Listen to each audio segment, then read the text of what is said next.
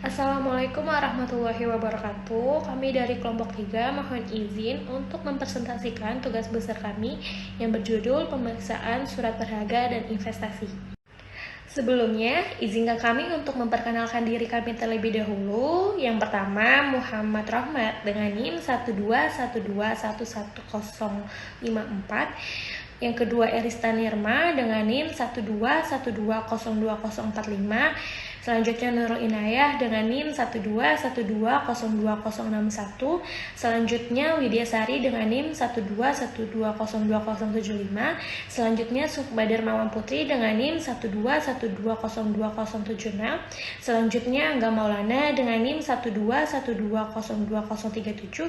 Selanjutnya, Immanuel dengan NIM 121202039. Selanjutnya, Siti Fatimah Zahra dengan NIM 121202033. Investasi adalah penanaman uang di luar dari perusahaan yang dapat berupa surat berharga atau aktiva lain yang tidak digunakan secara langsung dalam kegiatan produktif perusahaan. Contoh investasi ada saham, obligasi, piutang hipotek, wesel, dana pensiun, dan properti. Ada dua jenis investasi. Yang pertama, investasi jangka pendek atau investasi lancar. Investasi jangka pendek adalah investasi yang dapat segera dicairkan atau dimaksudkan untuk dimiliki dalam waktu 1 tahun atau kurang dari 1 tahun. Umumnya investasi ini berupa saham, obligasi, atau surat berharga lainnya yang harga pasarnya relatif stabil. Tujuan pokok investasi jangka pendek ini adalah untuk menanamkan kas yang sementara waktu tidak terpakai dalam kegiatan bisnis perusahaan. Investasi ini disajikan dalam kelompok aktiva lancar. Yang kedua, ada investasi jangka panjang. Investasi jangka panjang adalah investasi selain investasi lancar atau investasi jangka pendek. Tujuan investasi ini adalah untuk memperoleh pendapatan, bunga atau dividen dalam jangka panjang, untuk membentuk dana khusus atau untuk mengendalikan perusahaan lain melalui kepemilikan saham. Investasi jangka panjang dapat berupa saham, obligasi, piutang hipotek, wesel panjang, dana khusus, dan aktiva tetap yang tidak digunakan secara langsung dalam kegiatan perusahaan, seperti tanah dan properti. Investasi ini disajikan dalam kelompok aktiva tidak lancar. Investasi dalam surat berharga. Aset lancar atau current asset. Jika surat berharga dibeli dengan tujuan untuk memanfaatkan kelebihan dana yang tersedia, biasanya surat berharga tersebut harus mudah diuangkan dalam waktu yang singkat. Dan surat berharga tersebut diklasifikasikan sebagai temporary investment atau marketable securities yang merupakan current asset. Contoh, deposito berjangka kurang atau sama dengan 1 tahun. Saham atau obligasi yang marketable. Aset tidak lancar atau non-current asset. Aset tidak lancar merupakan jenis aset yang diharapkan dapat digunakan selama lebih dari 1 tahun atau disebut juga long-term asset. Surat berharga long-term asset biasa dibeli dengan tujuan yang pertama untuk menguasai manajemen dari perusahaan yang sahamnya dibeli. Yang kedua untuk memperoleh pendapatan kontinu. Yang ketiga sebagai sumber penampungan dari penjualan hasil produksi atau sumber pembelian bahan baku. Tujuan pemeriksaan surat berharga. Beberapa tujuan dari pemeriksaan surat berharga. Yang pertama, untuk memeriksa apakah terdapat internal control yang cukup baik atas temporary investment atau investasi sementara. Yang kedua, untuk memeriksa apakah surat berharga yang tercantum di neraca betul ada dan atas nama perusahaan pertanggal neraca. Yang ketiga, untuk memeriksa semua pendapatan dan penerimaan yang berasal dari surat berharga tersebut telah dibukukan dan uangnya telah diterima perusahaan. Lalu yang terakhir, Untuk memeriksa, penilaian dan penyajian surat berharga dalam laporan keuangan telah sesuai dengan prinsip akuntansi yang diterima oleh umum. Selanjutnya, mengenai prinsip akuntansi umum dalam penyajian investasi. Yang pertama, investasi harus disajikan secara terpisah di neraca sesuai dengan tujuan investasi tersebut.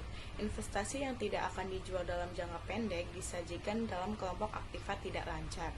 Kedua, investasi jangka pendek disajikan nilainya di neraca dengan salah satu dari dua cara berikut ini, yaitu pada cost-nya dengan mencantumkan harga pasarnya di dalam tanda kurung, dan pada nilai mana yang lebih rendah antara harga pasar atau cost, nilainya yang lebih tinggi harus dicantumkan di dalam tanda kurung.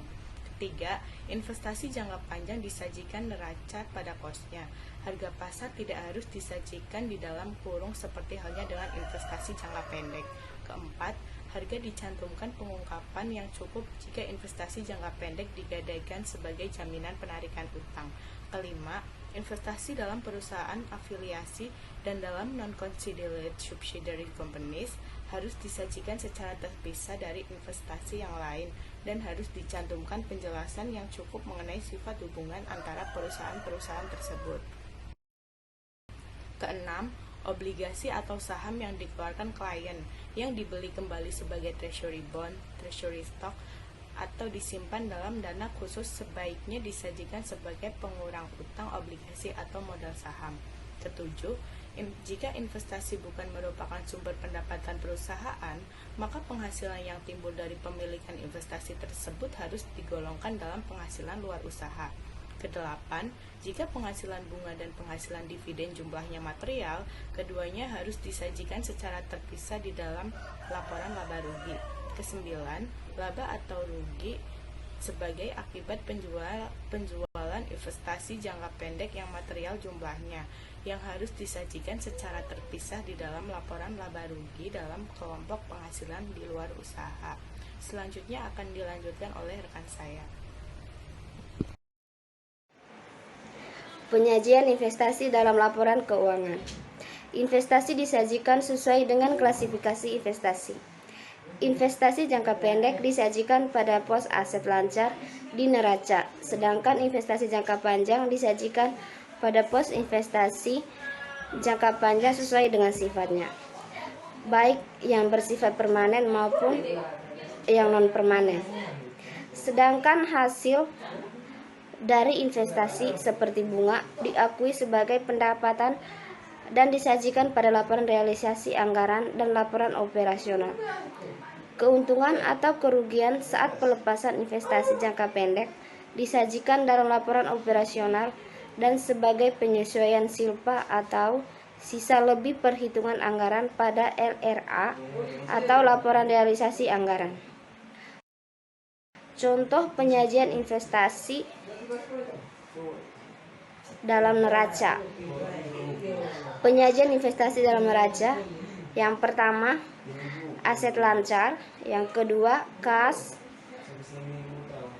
yang ketiga investasi jangka pendek, piutang, persediaan beban dibayar di muka, total aset lancar, investasi jangka panjang, aktiva tetap, aset lainnya. Prosedur pemeriksaan surat berharga. 1. Pelajari internal kontrol atas surat berharga. 2. Minta rincian surat berharga yang memperlihatkan saldo awal, penambahan, dan pengurangan serta saldo akhir. 3. Periksa fisik surat berharga juga pemiliknya. 4. Periksa rincian surat berharga. 5. Cocokkan saldo rincian dengan buku besar. 6. Periksa perhitungan bunga dan dividennya. 7. Lakukan watching atas pembelian dan penjualan surat berharga, terutama perhatikan otorisasi dan kelengkapan bukti pendukungnya. 8. Periksa harga pasar dari surat berharga pada tanggal neraca.